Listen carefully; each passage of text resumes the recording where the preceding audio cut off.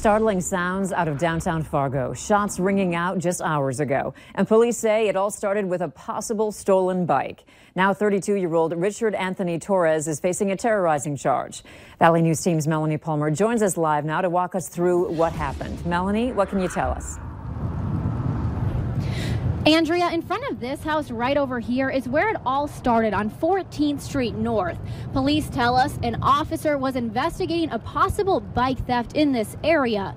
They say the officer saw a man on his bike right in front of this home. And I'm going to step out of the way so you can see that the bike is still here on the scene. But the suspect, who's now been identified as Richard Torres, began to run. And police say he pointed a handgun at the officer. The officer then fired several shots at Torres, who kept running and then dropped his handgun in the street. He made it about 2 blocks to Main and University before another officer found him and tased him. Torres is now in custody, but witnesses here on the scene tell us this neighborhood is no stranger to the police.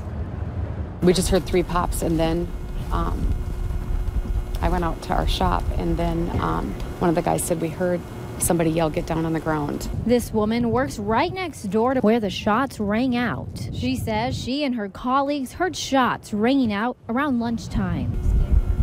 No, not really. It's happened to us in this neighborhood before. But she tells us this is nothing new for this neighborhood.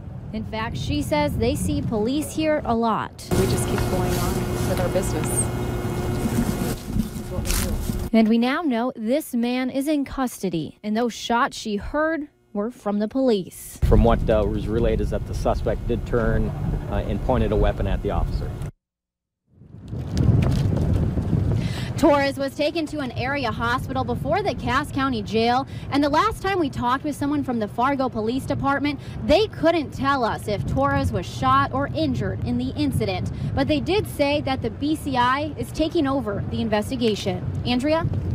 All right, Melanie, thanks for that live report. The officer involved was not harmed. He has been put on standard administrative leave. His identity is also not being released at this time.